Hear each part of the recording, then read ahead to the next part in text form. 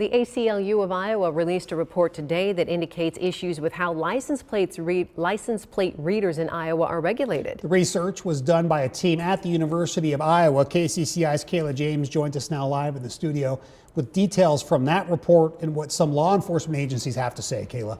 Well, Ben and Stacy, the ACLU of Iowa worked with the University of Iowa's Technology Law Clinic on that report. The ACLU says it would like to see more state regulations on the use of automated license plate readers for the protection of Iowans' privacy. But some law enforcement agencies say the devices help with that.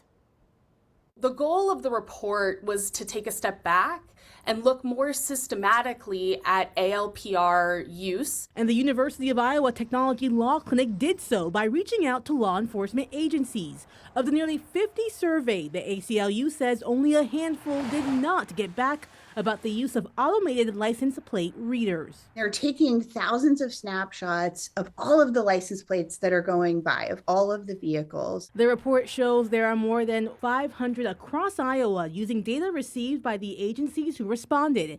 It also shows of the communities and counties that provided financial documents, at least $212,000 is spent per month on the devices. Researchers say communities vary with policies, making them concerned about Iowans' privacy. How long and how the ALPR data is retained, who has access to the automated license plate reader system and can run searches on it. After 30 days, that information is purged and we never see it again. Des Moines Police's policy matching the state law, which says images must be deleted no later than 30 days after it was captured. If we find evidence in 30 days that connects to a criminal investigation, we hard copy that down and we connect it to that case. Des Moines Police is one of several agencies who agreed to speak with KCCI Wednesday, sharing more about how it uses the two fixed devices in the city, helping find stolen cars or people wanted for violent felonies, as well as an instance from a few years ago where an eastern Iowa camera helped the Des Moines investigation